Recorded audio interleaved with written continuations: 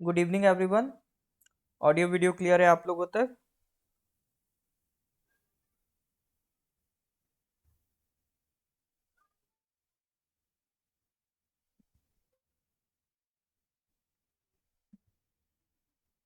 हाँ जी sir.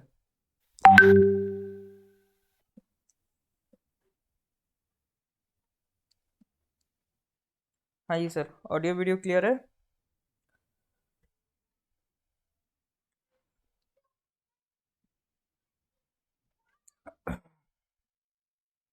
All right.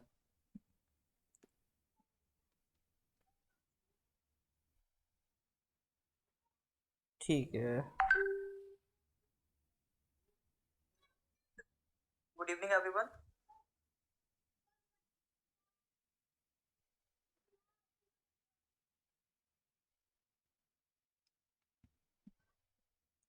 हाँ जी, तो जनवरी 2023 का करंट अफेयर्स हम डिस्कस कर रहे थे, उसी को आज कंटिन्यू करेंगे। तो आज अपने 200 लेक्चर्स पूरे हो रहे हैं। ये मैंने स्टार्ट किया था जनवरी 2021 से। तो लेक्चर वन था जनवरी 2021 से करंट अफेयर्स। सॉरी, हाँ, 21 से, हाँ, 2 साल का पूरा हो गया। फिर ये दिसंबर 2021 तक पूरा किया। फिर जनवरी 2022 से लेकर दिसंबर 2022 तक पूरा किया। अब हमने स्टार्ट कर दिया है जनवरी 2023, ठीक है। तो अब ये आपका आज लेक्चर नंबर 200 है। डबल सेंचुरी, थैंक यू तेमन जी। तो आज अपन ने डबल सेंचुरी लगा दी धीरे धीरे करके, ठीक है।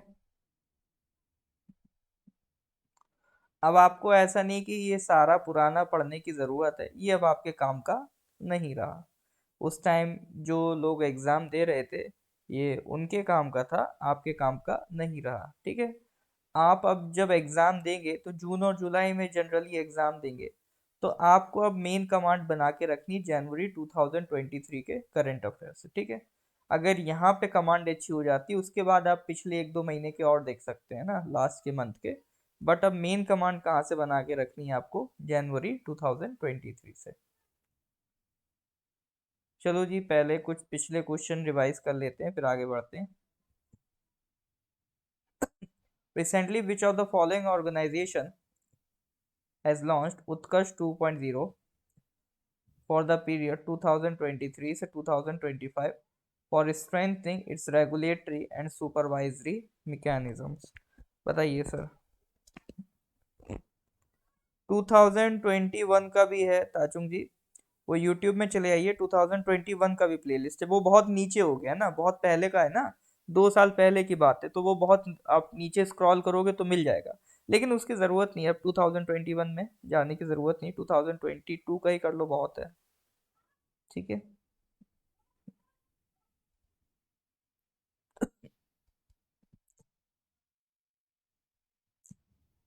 उत्कर्ष 2.0, ये किसका था सर? बिल्कुल, ये आरबीआई का था।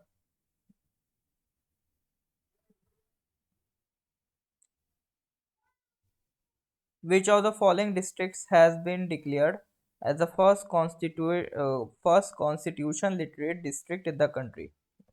Which of the following districts has been declared as the first constitution literate district in the country? ये सब पहले हम लोग देख चुके हैं, ठीक है। ये सारे क्वेश्चन ऑलरेडी हमारे डिस्कस हो चुके हैं। एक बार इनका हम रिवीजन कर रहे हैं, ठीक है। तो कौन सी डिस्ट्रिक्ट को कॉन्स्टिट्यूशन लिटरेट बोला गया? कोल्लाम डिस्ट्रिक्ट। कहाँ पर है ये? केरला में, ठीक है। ये सब भी क्वेश्चन हो गए थे। हाँ, इसका बताइए। Which of the following companies have announced to launch girls for tech stem education program in India? Master card, Google, Microsoft या फिर visa? Which of the following companies has announced to launch girls for tech stem education program in India? बिल्कुल sir. पहले पिछली बार सबको Google लग रहा था, नहीं, गूगल नहीं है, correct answer is master card, ठीक है। तो क्वेश्चन नंबर 69 था। लास्ट क्वेश्चन याद होगा, हम लोगों ने क्वेश्चन नंबर 71 देखा था, पढ़ो प्रदेश स्कीम। ये किस मिनिस्ट्री की है? तो मिनिस्ट्री ऑफ माइनॉरिटी अफेयर्स। कई लोगों को डाउट हो रहा था एजुकेशन मिनिस्ट्री लग गई थी, लेकिन इसका करेक्ट आंसर था मिनिस्ट्री ऑफ माइनॉरिटी अफेयर्स, और इसे प्यार से हम लोग मोमा कहते हैं, मिनिस्ट्री ऑफ माइनॉरिटी अफेयर्स को। ठीक है, तो यहाँ तक की सर कहानी हम लोगों ने लास्ट क्लास में कंप्लीट कर ली थी। आज स्टार्ट करेंगे सर क्वेश्चन नंबर 72 से। तो ये रहा आज का पहला सवाल आपकी स्क्रीन पर। अभी देखो एनएचपीसी ने एक प्री फीजिबिलिटी रिपोर्ट सबमिट की है for India's largest hydro power project upper Siang multipurpose storage project in Arunachal Pradesh. ठीक है, हाइड्रो पावर हाइड्रो इलेक्ट्रिसिटी के लिए इंडिया का अभी तक का सबसे बड़ा प्रोजेक्ट होगा ये upper Siang multipurpose storage project Arunachal Pradesh में। तो ये कितना इलेक्ट्रिसिटी जनरेशन कर पाएगा? 60 गीगावाट, 11 गीगावाट, 31 गीगावाट या फिर 8 gigawatt. Pre feasibility report NHPC ने इसकी सबमिट कर दी है। प्री फिजिबिलिटी का रिपोर्ट का मतलब होता है जब कोई भी प्रोजेक्ट स्टार्ट करते हैं तो एक रफ रिपोर्ट बनाता है। ठीक है, एक रफ रिपोर्ट बनाई जाती है कि हाँ ये यहाँ पर पॉसिबल बनाना है कि नहीं है, और क्या क्या इसमें एस्टिमेट आएगा, क्या क्या इसमें प्रॉब्लम्स आएंगी, क्या क्या एनवायरनमेंट को चैलेंजेस आएंगे। तो एक बेसिक सी इनिशियली जो रफ रिपोर्ट बनती है उसे कहते हैं प्री फिजिबिलिटी रिपोर्ट। अब वो जितने भी इंडिया में हाइड्रो इलेक्ट्रिक पावर जनरेट्स होती हैं, जितना भी ये हाइड्रो इलेक्ट्रिक पावर में काम होता है वो कौन करता है? एनएचपीसी करता है। ठीक है, national hydro electric power corporation.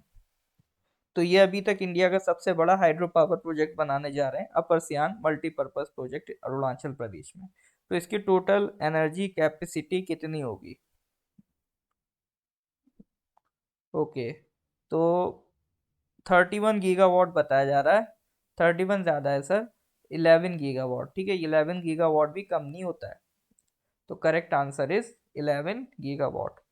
तो 11 गीगावाट गीगावाट बनाने में हमारा 1 ट्रिलियन रुपी खर्च हो जाएगा। ठीक है, अपर सियांग में ये किधर होगा? यिंगकियोंग में होगा, एट यिंगकियोंग इन अरुणाचल प्रदेश। ठीक है, ध्यान रहेगा, ये इंपॉर्टेंट है, ये आपके अरुणाचल के करंट अफेयर्स के हिसाब से भी इंपॉर्टेंट क्वेश्चन है। ठीक है, तो इसको ध्यान रखिएगा। सब लोग सी की तरफ बह गए, वेंडी जी ने सही बताया बी। क्वेश्चन नंबर 73 पे आ जाओ। Indian navy will commission the fifth of its diesel electric Scorpion class submarine INS Vagir on January 2000 on January 23। ठीक है, जनवरी 23 को हम सेलिब्रेट करते हैं पराक्रम दिवस, जिस दिन सुभाष चंद्र बोस का बर्थडे होता है। It has been built under which of the following projects? देखो ये क्वेश्चन हम पहले भी डिस्कस कर चुके हैं। Bharat Indian government scorpion class submarine बनवा रहा है। ठीक है, तो 6 स्कॉर्पियन क्लास सबमरीन का ऑर्डर है, जिसमें से पांचवी सबमरीन भी अब कमीशन होने को तैयार है, आईएनएस वगीर। बस एक सबमरीन और बची है। तो ये सारी जो सबमरीन बन रही हैं, 6 स्कॉर्पियन क्लास सबमरीन, तो ये किस प्रोजेक्ट के तहत बन रही हैं? प्रोजेक्ट 75 या 17A या 21B या फिर 17B? बताइए sir.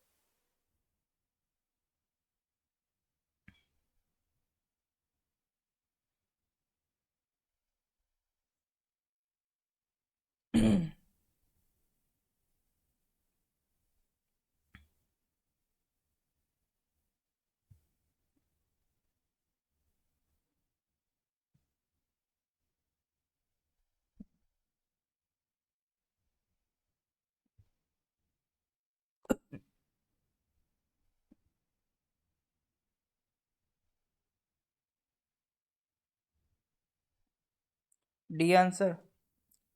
Sir correct answer is project 75। ठीक है, तो ये जो 6 स्कॉर्पियन क्लास सबमरीन बनाने का जो प्रोजेक्ट है, 6 scorpion class attack submarine. Scorpion class attack submarine किसको कहते हैं?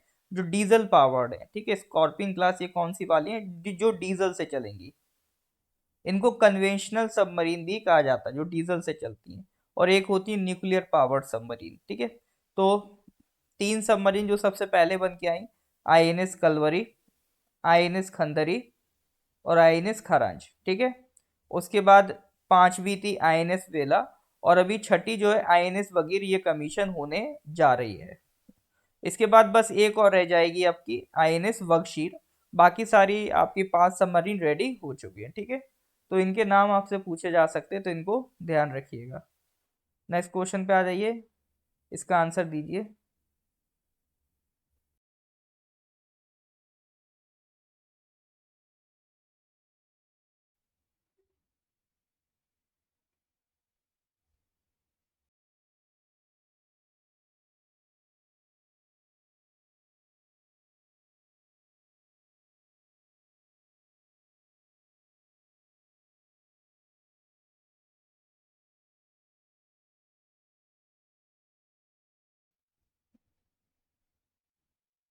हाँ जी, बताइए इसका आंसर।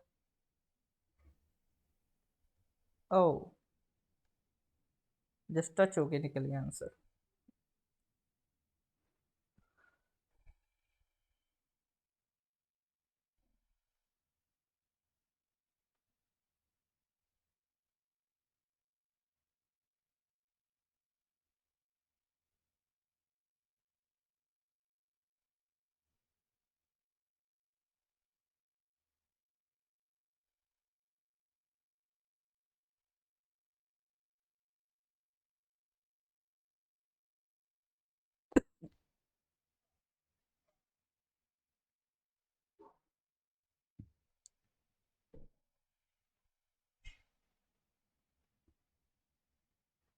हाँ जी सर, बताइए। Question number 74।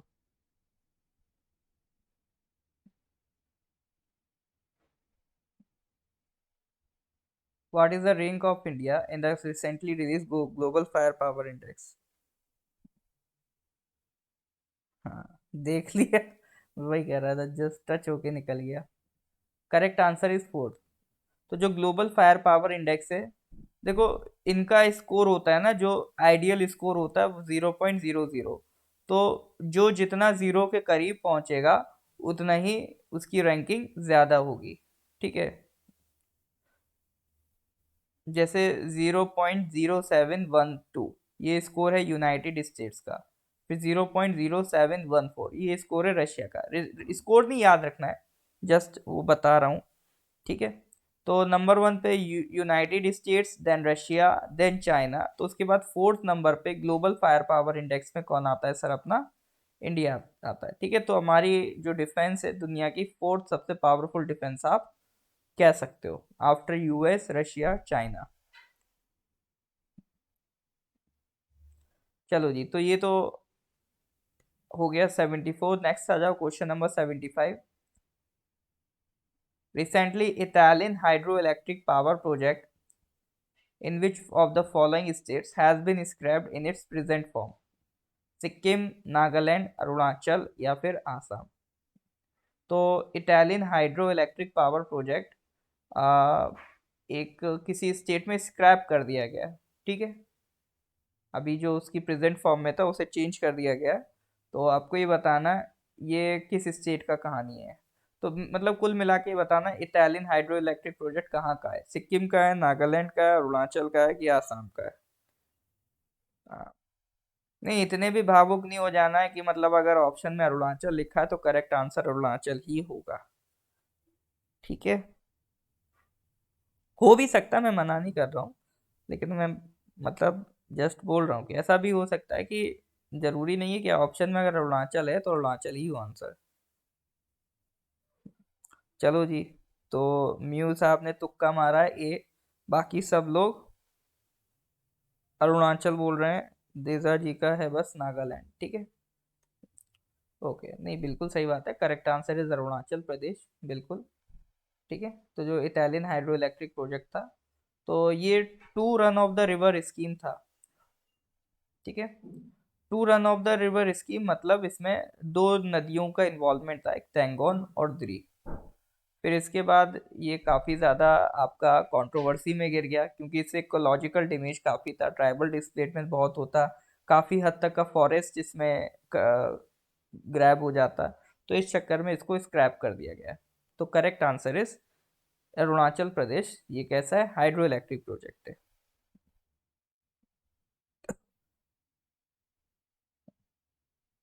क्वेश्चन नंबर 76 पे आ जाओ। Recently joint exercise cyclone one has started between India and which of the following countries in Jaisalmer Rajasthan. Recently joint exercise Cyclone 1 has started between India and which of the following countries in Jaisalmer Rajasthan. तो cyclone आई, cyclone one कह लो, ठीक है। India और किस country के बीच हो रही है ये एक्सरसाइज?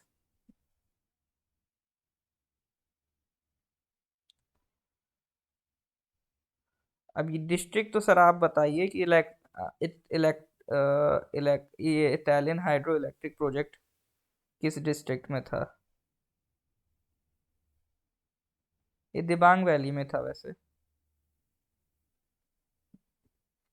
साइक्लोन वन सर किसके साथ कर रहे हैं, इसराइल, इजिप्ट, टर्की या फिर साउथ अफ्रीका?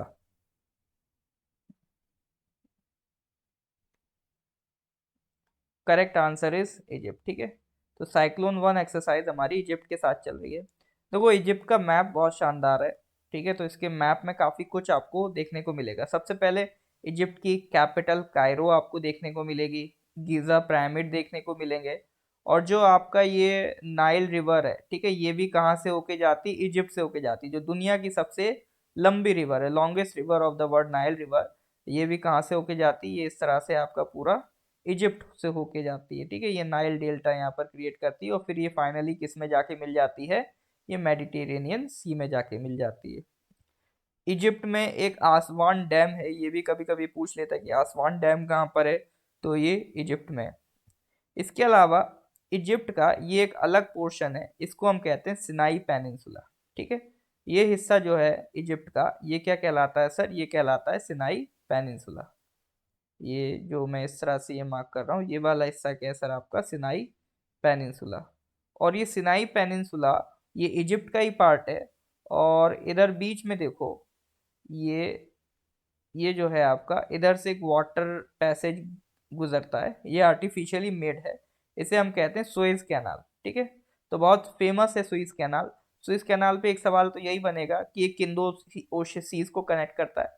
तो ये आपका मेडिटेरेनियन सी को रेड सी से कनेक्ट करने का काम किसका है सर, आपका सुएज कैनाल, ठीक है। सुएज कैनाल इंडिया में या दुनिया भर के ट्रेड के लिए बहुत ही इंपॉर्टेंट जगह है। अभी यहाँ पे एक शिप फंस गया था, तो काफी लॉसेस हुए थे, क्योंकि ये आपका एक शॉर्टकट है। अगर ये सुइस कैनाल नहीं होगा तो यूरोप वालों को अगर इंडियन ओशन में इंडिया में सामान भेजना है तो पूरा अफ्रीका नीचे से क्रॉस करके आना पड़ेगा। बट ये सुइस कैनाल उन्हें शॉर्टकट प्रोवाइड करता है। तो सुइस कैनाल एक बहुत इंपॉर्टेंट लोकेशन है। यहाँ पर कुछ और भी चीज़ें जैसे पोर्ट सईद, उसको ध्यान रखिएगा, है ना। और ये गल्फ ऑफ अकाबा, ठीक है, ये गल्फ ऑफ अकाबा। तो ये कुछ इंपॉर्टेंट पोजीशंस है, और ये है gulf of Suez, gulf of Suez, gulf of Aqaba, Sinai peninsula, Suez canal, Port Said. तो इजिप्ट में काफ़ी स्ट्रेटेजिक लोकेशंस आपको देखने को मिलती हैं, ठीक है। हाँ जी तेमिन जी, बिल्कुल, वो सिनाई के माउंटेन इधर ही आपको ये सिनाई पेनिनसुला में ही मिल जाएंगे ना।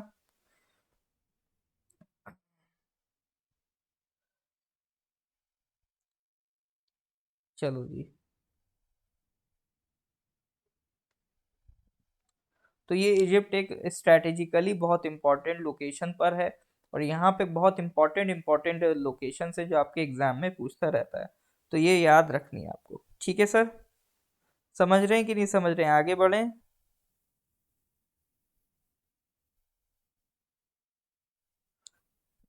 यहाँ तक समझ में आ रहा है कि नहीं आ रहा, आ रहा है तो please give me thumbs up. हाँ जी सर। फिर आगे बढ़ते हैं अगले क्वेश्चन की तरफ। Question number 77। Recently, it was informed that India-Bangladesh Friendship Pipeline Project will start supplying diesel from India to Bangladesh in June 2023. What is the total length of the pipeline? देखो India और बांग्लादेश के बीच एक pipeline बिछाई जा रही है जो diesel supply करेगी बांग्लादेश को। इसका नाम रखा गया India Bangladesh friendship pipeline project, ठीक है। इस पाइपलाइन की लेंथ पूछ रहा है कितनी है।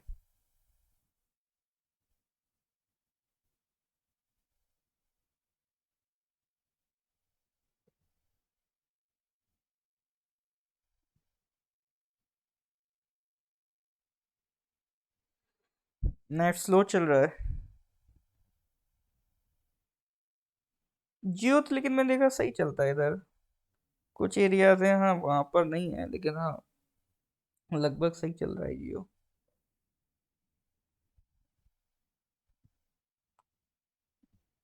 हाँ सर, ये पाइपलाइन की लेंथ कितनी है? तुक्का लगाइए, बिल्कुल तुक्का लगाइए। Correct answer is 131.5 kilometre. ठीक है, तो ये आपका इंडिया में नुमालीगढ़ रिफाइनरी है। यहाँ से ये आपका सिलीगुड़ी, पंचगढ़, नीलफामद और ये आपका जाएगी दिनाजपुर तक। ठीक है, दिनाजपुर तक ये आपका कनेक्ट करेगी। पर्वतीपुर है, पर्वतीपुर में ये आपका दिनाजपुर है, यहाँ तक ये आपका कनेक्ट करेगी ये पाइपलाइन। नुमालीगढ़ कहाँ पर है? ये आसाम की जगह है इंडिया में। ठीक है, नुमालीगढ़ से कहाँ तक जाना है? पर्वतीपुर। तो 131.5 किलोमीटर की ये पाइपलाइन है। 5 किलोमीटर इसका स्ट्रेच इंडिया में है और 126.57 किलोमीटर का स्ट्रेच इसका बांग्लादेश में। अभी देखो बांग्लादेश की सबसे बड़ी प्रॉब्लम क्या है, बांग्लादेश में अभी पावर की प्रॉब्लम है। ठीक है, अभी वहां पर उनकी कैपिटल तक में आप कह सकते हो कि एडिक्वेट जो पावर सप्लाई होनी चाहिए वो नहीं है, जिसकी वजह से उनकी इंडस्ट्री बहुत इम्पैक्ट होती है। जब पावर नहीं होगी तो इंडस्ट्री को दिक्कत होती है, और खास तौर से टेक्सटाइल इंडस्ट्री तक इम्पैक्टेड है इससे। और बांग्लादेश की टेक्सटाइल इंडस्ट्री दुनिया भर में फेमस है, तो वो नहीं चाहते कि उनकी इंडस्ट्रीज पे इम्पैक्ट पड़े, एटलीस्ट टेक्सटाइल इंडस्ट्रीज पे। इसीलिए इंडिया उनकी मदद को आया और हमने उनको Bangladesh India Bangladesh friendship pipeline provide की, ताकि हम उनसे और ज़्यादा अच्छे से कनेक्ट कर पाएँ। देखो ये सब कनेक्ट करने की ज़रूरत इसलिए भी पड़ती है क्योंकि अगर हम बांग्लादेश को सपोर्ट नहीं करते तो चाइना सपोर्ट कर देता, और चाइना सपोर्ट कर देता तो हम नहीं चाहते कि बांग्लादेश या और किसी साउथ एशियन कंट्रीज के रिलेशंस चाइना से ज़्यादा अच्छे हों। ठीक है, क्योंकि फिर वो हमारे अगेंस्ट यूज होंगे रिलेशंस।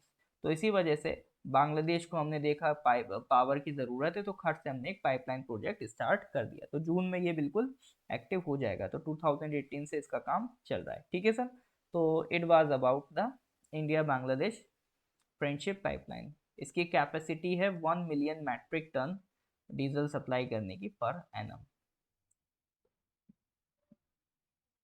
चलो जी, तो ये हो गया question number 77। Moving forward to the question number 78। Which of the following ministries has launch the Bharat Prabha India along its shores initiative? Which of the following ministries have launched the Bharat Prabha India Along its Shores initiative? Ministry of Tourism, Ministry of Culture, Ministry of Commerce and Industry, Ministry of Shipping, Waterways and Ports. बताइए।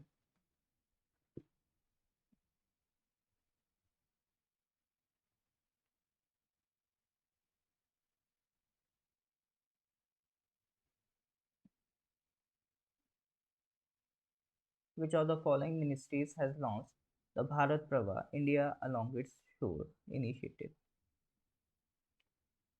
वैसे थोड़ा भारत प्रवाह शोर की बात हो रही है, मतलब कोस्टल एरियाज की बात हो रही है, तो देखने से फील तो आ रहा है कि सर शिपिंग मिनिस्ट्री होना चाहिए आंसर।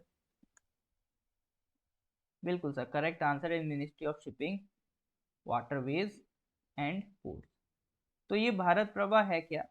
भारत प्रवाह एक इनिशिएटिव है जिसमें जितने भी स्टेक होल्डर्स होंगे, मतलब ऐसे जितने भी लोग होंगे जो पोर्ट्स को डेवलप करना चाहते हैं ना, डिफरेंट सेक्टर के लोग, उन सबको हम एक जगह इकट्ठे करेंगे और बात करेंगे कि रिवर्स को, शिपिंग को, सीज को, वहाँ पे आसपास से रहने वाले पीपल जिनकी लाइफ उस पर इम्पैक्ट होती है, तो उन सब के लिए कैसे हम बेटर से बेटर अपॉर्चुनिटीज क्रिएट कर सकें। क्योंकि देखो इंडियन गवर्नमेंट का एक प्रोजेक्ट ये है, मतलब टारगेट ये है कि आने वाले 50 सालों में इंडिया के पास मेगा पोर्ट्स होने चाहिए। हमारे पास अभी भी मेगा पोर्ट्स की कमी है, अभी भी हमारे पोर्ट बहुत ज़्यादा आपका जो कंटेन वो कैसे लोड है वो नहीं उठा पाते हैं। तो हमें मेगा पोर्ट्स डेवलप करने हैं, तो ये मेगा पोर्ट्स डेवलप करने की राह में ये एक इनिशिएटिव लिया गया भारत प्रभा, जहाँ पर पोर्ट से रिलेटेड जितने भी स्टेक होल्डर्स होंगे, ऐसे जो भी लोग होंगे जो पोर्ट से रिलेटेड जिनका काम है, जिनकी लाइफ इफेक्ट होती है पोर्ट्स की वजह से, तो उन सबको एक जगह इकट्ठा करके हमें ये सब क्या कहते हैं डिस्कशन करना है। ठीक है, तो यही आपका भारत पर्व है। To highlight the significance and imagery of rivers ports and shipping in everyday life through a series of nation wide events. ठीक है, चलिए, तो यहाँ तक कोई डाउट है, समझ पा रहे हैं कि नहीं? वालेकुम सलाम मीटिंग। हाँ जी सर, यहाँ तक कोई डाउट है कि नहीं है? ये था आपका क्वेश्चन नंबर 78। क्वेश्चन नंबर 79 पे आ जाओ। Bhopal declaration recently seen in news is related to which of the following? B20, science 20, मतलब S20, T20, H20। Bhopal declaration किससे रिलेटेड है?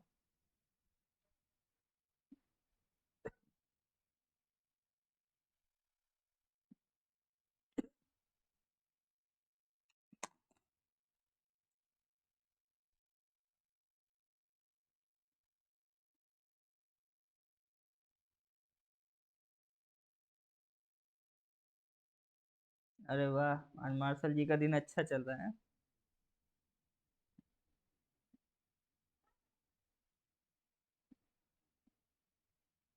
डी टुक्का, भोपाल गैस ट्रेजिडी। अरे मतलब भोपाल बोल दिया तो मतलब सिर्फ भोपाल गैस ही नहीं था वहाँ, और भी बहुत कुछ है भोपाल में ना। भोपाल डिक्लेरेशन है सर ये।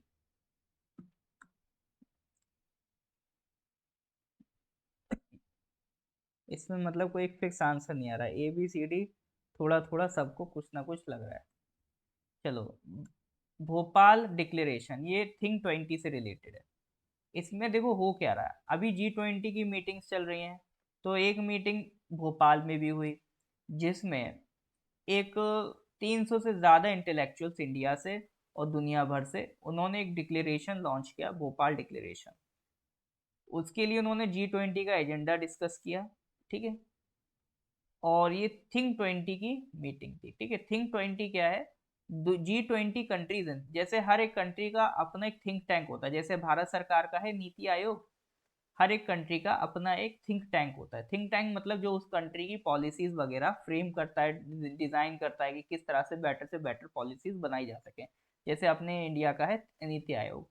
तो इस तरह से जितनी भी G20 कंट्रीज है उन सब का एक एक थिंक टैंक आया, उसने डिस्कशन किया G20 के एजेंडे का।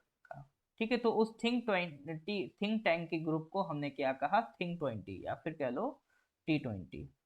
ठीक है, तो ये 2012 से इनिशिएट हुआ था। The group brings the expertise of think tanks from around the world to bear on the G20 policy making processes. It meets annually in the lead up to the G20 summit. तो अभी G20 summit की different different meetings चल रही हैं। अभी अरुणाचल में भी meeting चली, तो इसी तरह की मीटिंग भोपाल में भी हुई थी। तो भोपाल में जो एजेंडा G20 का डिस्कस हुआ, तो हर एक कंट्री का थिंक टैंक था, तो उस मीटिंग को कहा T20। ठीक है, तो उन्होंने मिलके एक डिक्लेरेशन रिलीज किया, जिसे हम कह रहे हैं भोपाल डिक्लेरेशन। तो ये समझ रहे हैं कि नहीं समझ आए? ये समझ में आ रहा है कि नहीं आ रहा है? तो समझ में आ रहा है तो give me thumbs up. Net slow की वजह से प्रॉब्लम हो रहा है आला जी, तो आप ना रिकॉर्डिंग देख लेना, इन दैट केस ये यूट्यूब पे अपलोड हो जाए तो। हाँ जी सर, कोई डाउट है? क्लियर है तो please give me thumbs up.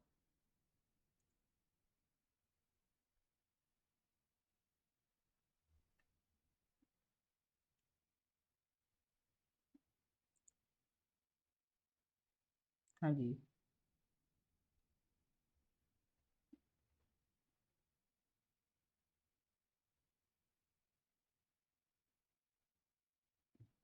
Okay. David साहब का भी आज क्या चल रहा है? लग रहा नेट में है ही दिक्कत। चलो कोई नहीं, जिनका नेट दिक्कत हो ना उसका रिकॉर्डिंग देख लीजिएगा।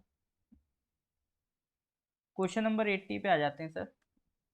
Which of the following has been awarded the Best Sustainable Greenfield Airport Award under Aviation Sustainability and Environment at the ASOCHAM 14th International Conference for Civil Aviation 2023? देखो, एक एसोसिएशन है आसोचाम, ठीक है, उनकी 14th इंटरनेशनल कॉन्फ्रेंस हुई थी civil aviation की, तो उसमें एक अवार्ड बांटा गया है, बेस्ट सस्टेनेबल ग्रीनफील्ड अवार्ड। तो वो किस एयरपोर्ट को मिला है? ठीक है, तो आसोचाम की 14 इंटरनेशनल कॉन्फ्रेंस जो थी सिविल एविएशन की, उसमें बेस्ट सस्टेनेबल ग्रीनफील्ड अवार्ड बांटा गया है। तो वो किस एयरपोर्ट को मिला है? ईटानगर, गोवा, दिल्ली, हैदराबाद।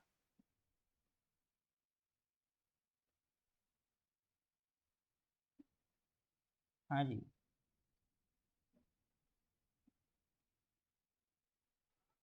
रिकॉर्डिंग देखो, ये जो क्लास है ना, पहले तो फेसबुक पे रिकॉर्डिंग अवेलेबल हो ही जाएगी, मतलब ये क्लास जब लाइव खत्म हो जाएगा तो ये रिकॉर्डिंग बन जाएगा। दूसरा, फिर इसकी रिकॉर्डिंग यूट्यूब पे अलग से अपलोड कर दी जाएगी ना। तो ये लेक्चर 200 है ना, इसको यूट्यूब पे कर दिया जाएगा अपलोड।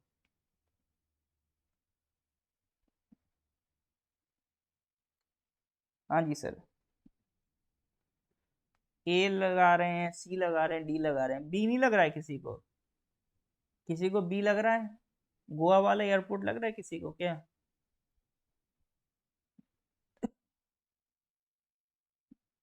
हाँ जी सर, कोई है जिसे गोवा लग रहा हो आंसर?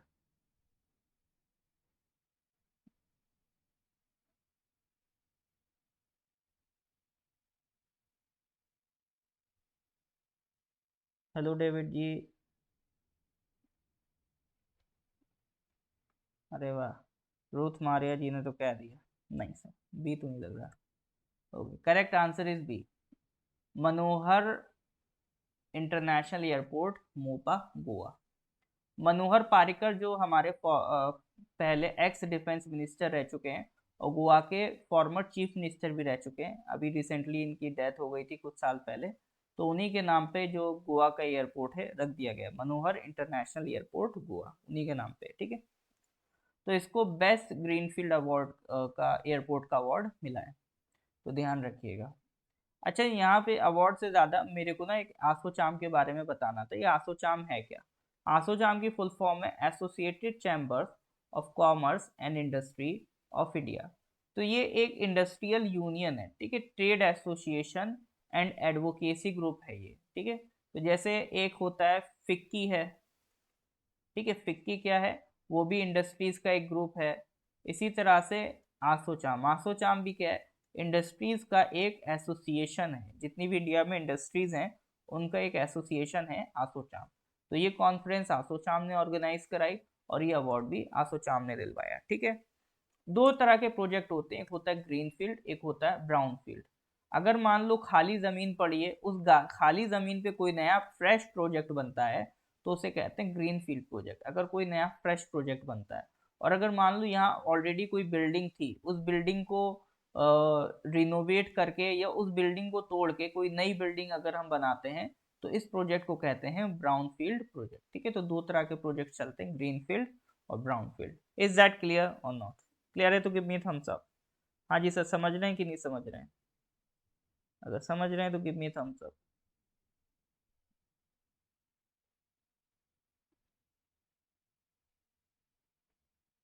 लग रहा है ज़्यादा ही नेट स्लो है आप लोगों का।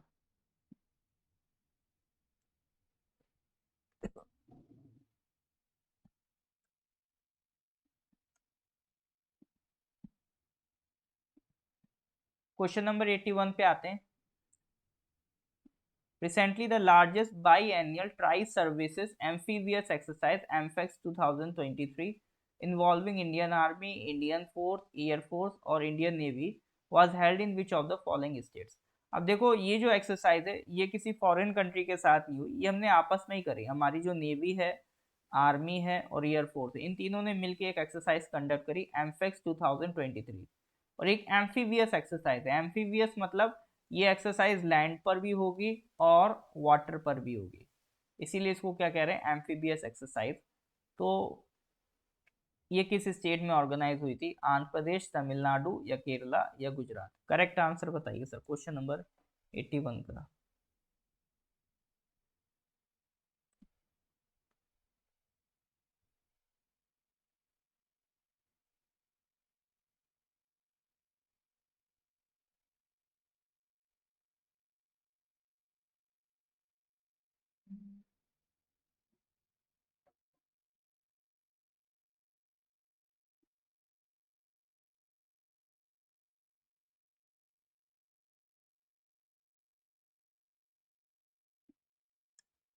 बिल्कुल sir, correct answer is Andhra Pradesh. तो एमफेक्स 2023 जो एक्सरसाइज है वो किसने ऑर्गेनाइज कराई थी? आंध्र प्रदेश ने ऑर्गेनाइज कराई थी। ये इंडिया की largest tri services amphibious exercise है। कौन सी मिनिस्ट्री की गाइडेंस में होगा? ऑब्वियसली डिफेंस मिनिस्ट्री की गाइडेंस में होगा। क्योंकि देखो हमारा ये भी ज़रूरी है कि नेवी, आर्म फोर्स, आर्मी और एयरफोर्स, इनके बीच का कोऑर्डिनेशन भी बहुत ज़रूरी है मेंटेन करना, है ना।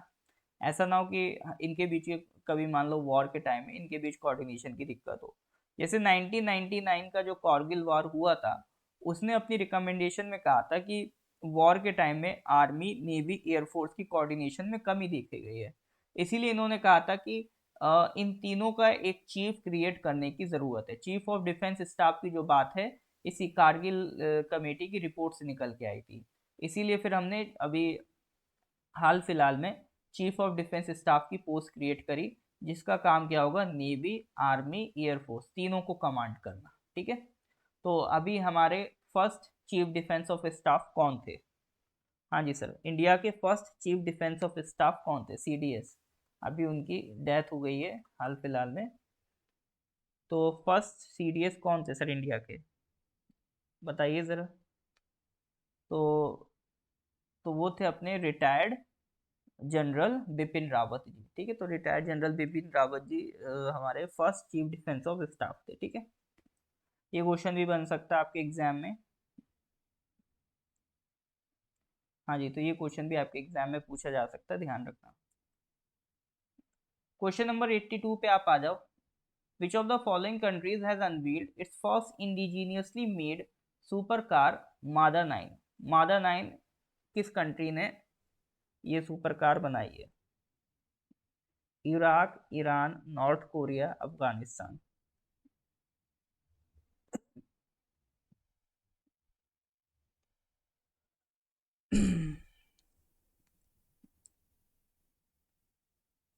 मादा 9, बताइए सर। ओके, किसी को अफगानिस्तान लग रहा है आंसर?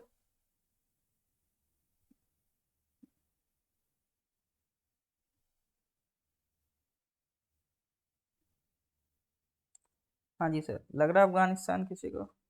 अब्बी जी को लग रहा है। और कोई है? ए या बी में से तुक्का है?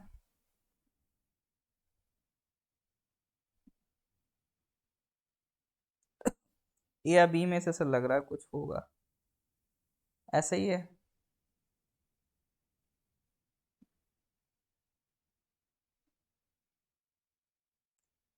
ओके, यांगफो कह रहे हैं अफगानिस्तान। बिल्कुल sir, correct answer is Afghanistan. तो ये मादा 9 जो सुपर कार है, ये अभी इसका प्रोटोटाइप इन्होंने बनाया, अभी एक्चुअल कार नहीं बनाई है। उसका बहुत बढ़िया से कुछ यूट्यूब यूट्यूब पे वीडियो बनाया, मतलब बिल्कुल ऐसा लग रहा है जबरदस्त सी कार है। अब तो जब बन के आएगी तब देखेंगे, अभी तो बस इसका इन्होंने एक प्रोटोटाइप डेवलप करा है। ठीक है, 5 साल के काम के बाद इसका प्रोटोटाइप बन के आया है। तो इसमें जो टीम ऑफ इंजीनियर्स अफगानिस्तान का जो टेक्निकल वोकेशनल इंस्टीट्यूट है और एनटॉप है, ये दोनों मिलके इस कार को डेवलप कर रहे हैं। देखो अफगानिस्तान की भी पूरी कोशिश है अपनी इमेज को थोड़ा सा इम्प्रूव करने की। और मेन चीज़ है ना रिकॉग्निशन चाहिए। अभी अफगानिस्तान को ज़्यादा रिकॉग्निशन मिला है नहीं। तो अभी इनकी पूरी फोकस ये है कि हमें एक रिकॉग्नाइजेशन मिल जाए, हमें एक प्रॉपर स्टैब्लिश स्टेट मान लिया जाए। ठीक है, इसीलिए अफगानिस्तान कुछ कुछ ऐसा कर रहा है ताकि दुनिया की नज़रों में वो आता रहे।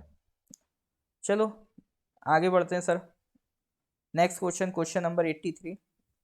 India's deepest underground metro station is being constructed in which of the following cities? Pune, Mumbai, Kolkata या फिर Lucknow. India's deepest underground metro station is being constructed in which of the following cities? Pune, Mumbai, Kolkata या फिर लखनऊ, बताइए सर। Deepest sir.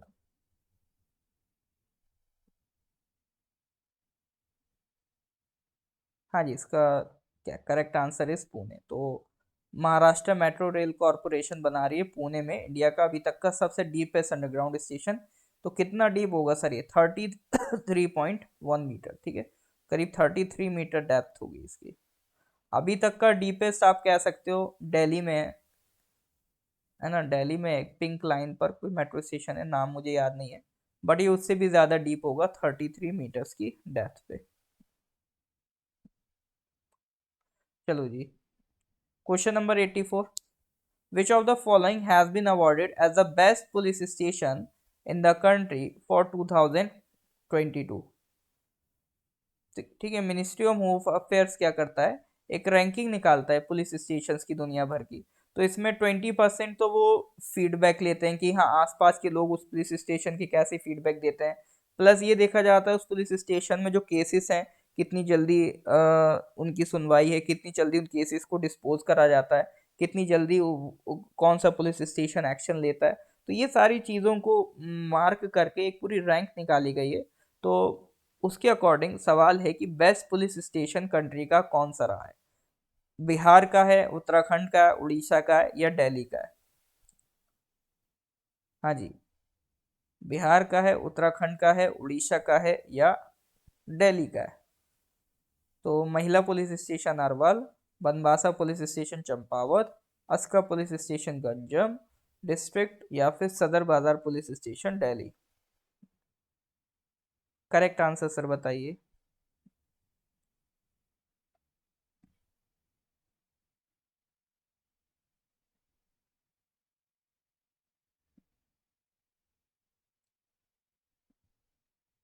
बिल्कुल sir, correct answer is Aska police station Ganjam district Orissa, ठीक है।